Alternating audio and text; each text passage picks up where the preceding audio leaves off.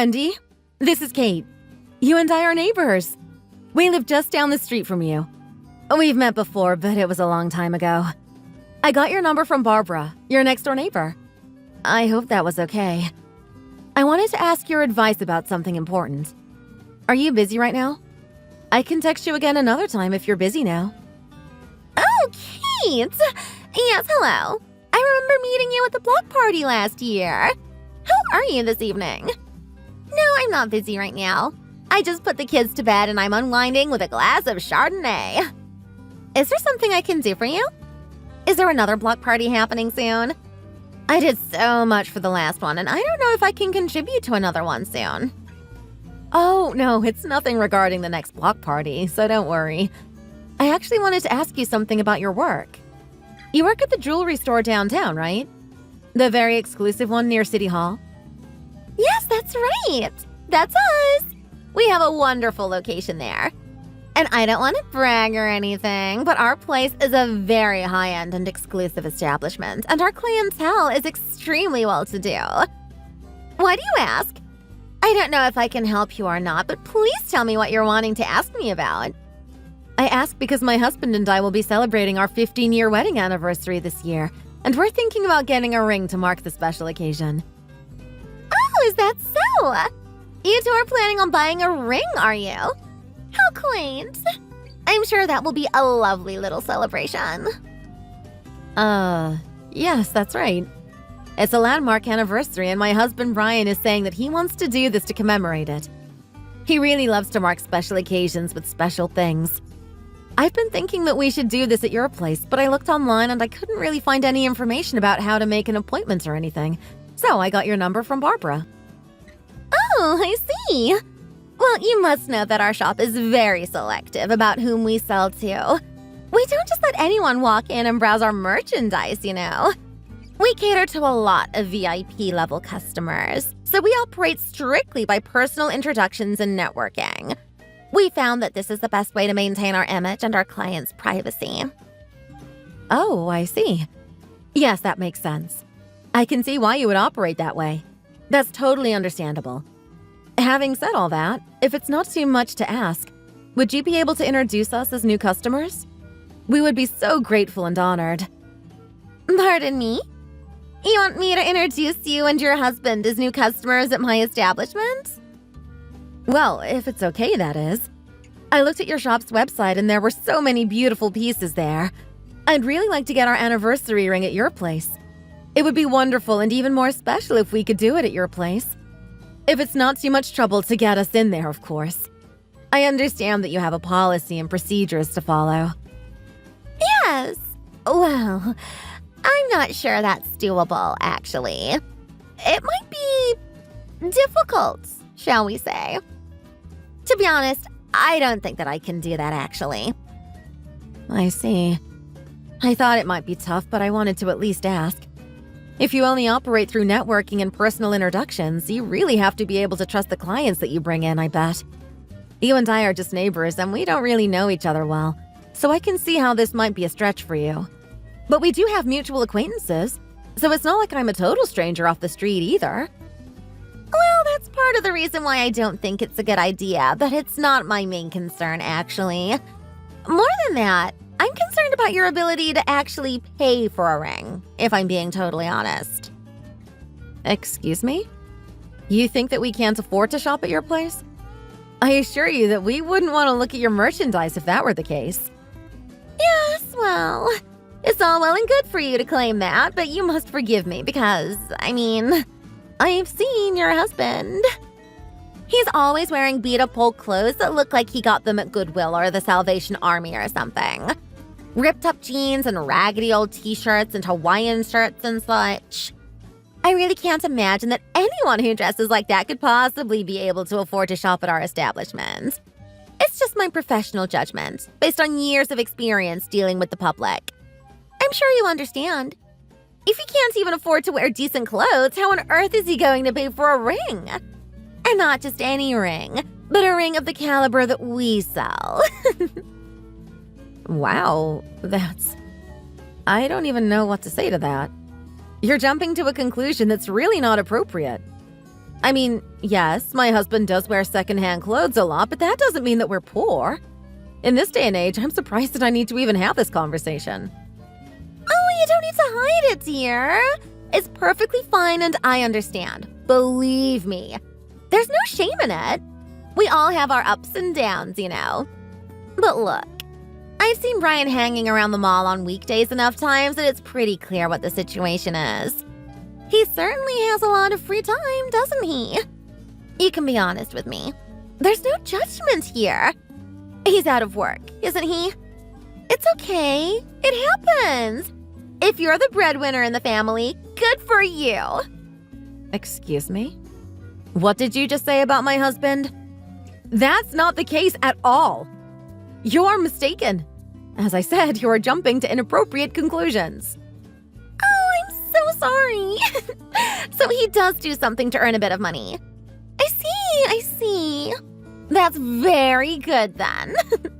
However, be that as it may, anyone who dresses the way he does surely can't afford to shop at our place.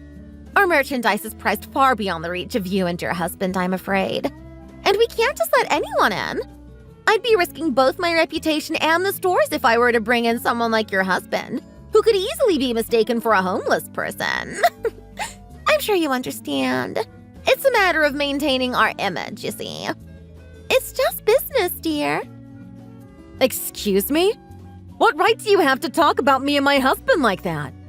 I don't think I've ever been so insulted in my life. Sorry, but as far as my work is concerned, I really can't stand these poor people who don't know their place in society. It's honestly such a nuisance. Just intolerable. It happens all the time. They'll come in off the street without an appointment and then cause a ruckus when we refuse to serve them, which we have every right to do. I just want to tell them all to stop playing pretend and go get a job. Then they could at least afford to buy themselves some rubber bands that they can wear on their fingers. Rubber bands? Wow. Again, I'm speechless. Just what are you trying to say about me and my husband? I agree that people shouldn't just be barging into your shop without appointments and demanding things, but you're completely out of line to just assume that my husband and I are that kind of people. And you're basing that assumption on the clothes my husband wears? Well, you both certainly fit the mold. What with his clothes and you texting me out of the blue like this, asking for special treatment. At any rate, I'm afraid that I can't bring you into our establishment. You understand, dear. It's just a matter of economics. If you were able to afford to buy anything at all, it would only be the cheapest item in the store, I'm sure. And we simply can't do business that way. As I said, we bring in all our clients through personal referrals, so the quality of our clientele is of paramount importance. It means that high-quality clients introduce their high-quality friends to us, and so on and so forth. It's the circle of life for us, dear. Do you see the logic there? If I were to bring you in, the people to whom you would introduce us would be people who… shall we just say… people who are in the same tax bracket as you. And those people would also be able to afford only the cheapest items that we sell, if even that. And then they would introduce more people like them, and before you know it, we would be no better than the jewelry department at Walmart. And that would be a catastrophe. So in short, bringing you in as a customer really doesn't make sense from a business standpoint. You have some nerve talking that way about complete strangers and jumping to conclusions about Brian and me. But I'm right, am I not? It's all right, dear. It's just reality. No judgment. At any rate, there are lots of other jewelers in this city, you know. I'd be happy to give you a list. Or you could just Google cheap jewelers. You can certainly get yourself, a ring at one of those places. Cubic zirconia is always an affordable alternative, too. Although I will be genuinely shocked if the two of you are able to afford more than a box of rubber bands. Again, no judgment. I see. Well, I can see that there's nothing more to say here. I withdraw my request to be introduced to your establishment. Please just forget that I even mentioned any of it. We will go and look elsewhere, as you suggested. Sorry to have bothered you, and thank you for your time and your valuable input. Oh, I see. Well then, I'm sorry not to have been able to help you, dear. I'll look forward to seeing whatever ring you are able to afford. Happy hunting! Kate! What's the big idea? What was that all about just now? Why did you give me the cold shoulder like that? I was talking to you and you were looking right at me, so I know that you saw and heard me. That was just extremely blatant and rude. Hey! I'm asking you a question! And now you're leaving me on red? What are you doing? This is totally unacceptable!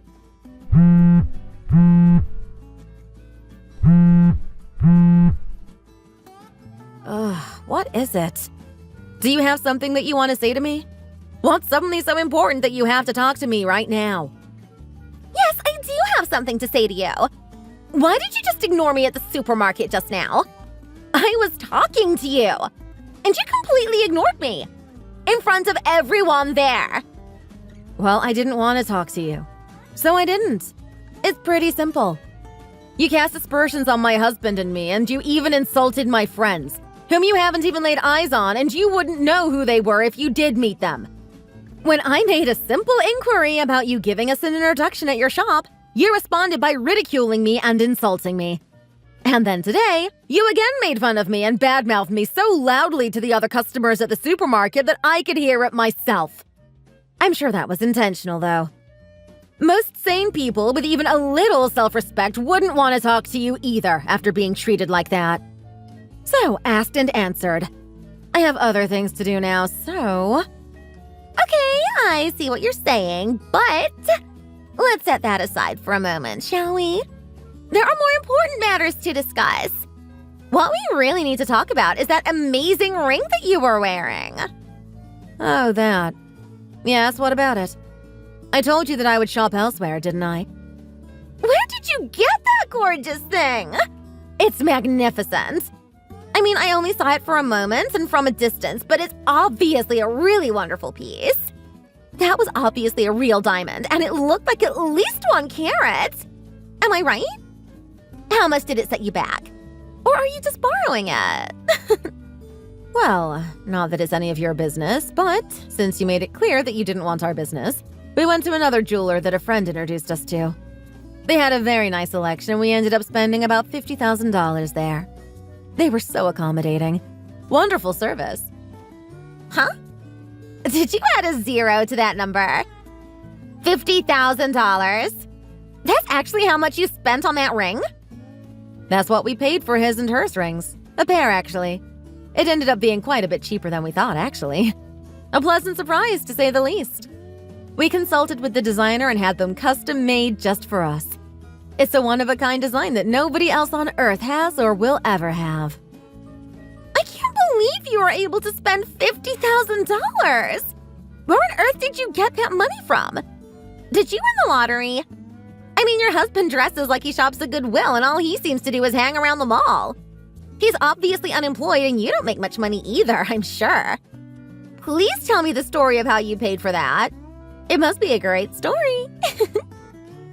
You know, you really have a bad habit of assuming things about people based on how they look. Have you never heard that you shouldn't judge a book by its cover? For your information, those clothes that my husband wears are secondhand. That's true. But they're also much more than that. They're vintage items, and there are a lot of people who buy and sell them for a lot of money. For example, the beat-up jeans and Hawaiian shirt that you mentioned before are both very valuable. Those 2 items together are worth somewhere in the neighborhood of $5,000. $5,000, you say? Why, that's preposterous. That's secondhand stuff? I don't believe that. Yes. Brian has always been into that stuff. It's a hobby of his. An expensive hobby and one that he brings into his everyday life, as you can see. He picks up most of those pieces at auctions and such, not at Goodwill or the Salvation Army. And because they are so valuable, he doesn't allow me to wash any of them. You should see his dry cleaning bill. And oh, by the way, Brian works in finance and he works from home. He isn't unemployed and he never has been. And we have income from several rental properties that we own too. It's good passive income, you know. So as I told you, you were completely out of line to assume that Brian and I had no money to spend. 100% incorrect. I can't believe this! You two are actually quite wealthy! Why didn't you tell me that before? So, if there's nothing else, I have things to do. And I'll thank you for not bothering me anymore. Wait! Hang on a second. Let's not be so hasty. If you two are really that well off, you must come to my shop. I insist. We have dozens of gorgeous pieces that I'd be happy to show you. I just know that you'll see something that you like.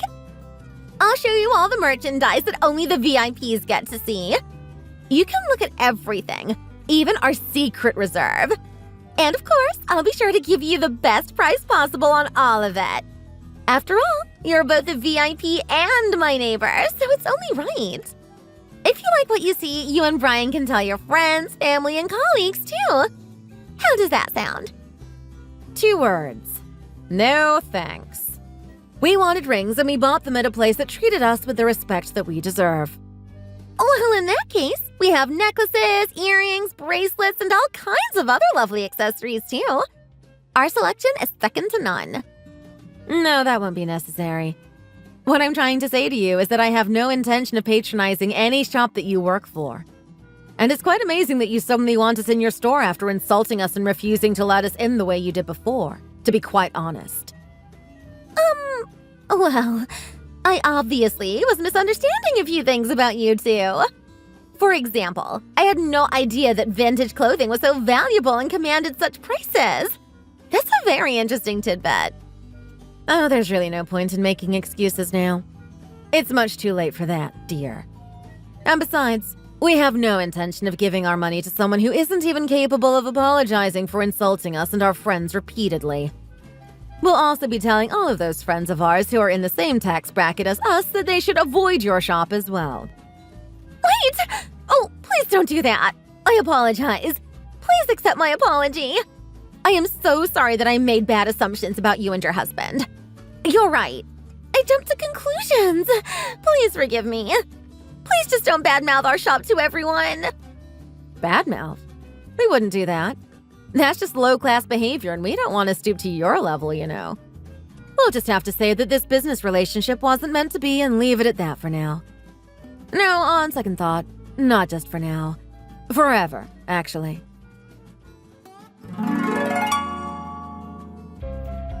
Wendy continued trying to contact me after that, wanting desperately to apologize yet again and be forgiven, but I was still angry about the way she treated us and I ignored her. Interestingly enough, soon after that, a lot of other ladies in the neighborhood finally started to see that she wasn't a very nice person and began avoiding her too. Funny how that works, isn't it? Not surprisingly, this had an effect on her business at the jewelry shop and her sales numbers started to fall rather dramatically, I am told. While the shop didn't go bankrupt, Wendy's actions definitely had a negative impact on her livelihood and, when her husband got wind of these developments, he gave her an earful, according to people who heard the conversation. Not long after that, the two of them came over to our place with gifts and apologies and, for the sake of moving on, we accepted both and told them that there were no hard feelings. However, I won't be interacting with Wendy ever again if I can avoid it. One thing I've learned from this episode is that, when a person shows you who they really are, you should pay attention and remember it. Prejudging and mocking people the way that she did to us and our friends is really unacceptable in my opinion, and I hope that someday soon she will see the error of her ways and change. I'm not holding my breath, though. Thanks for watching all the way to the end. If you enjoyed this video, please remember to click the like button and give us your opinion in the comments section below. See you in the next video!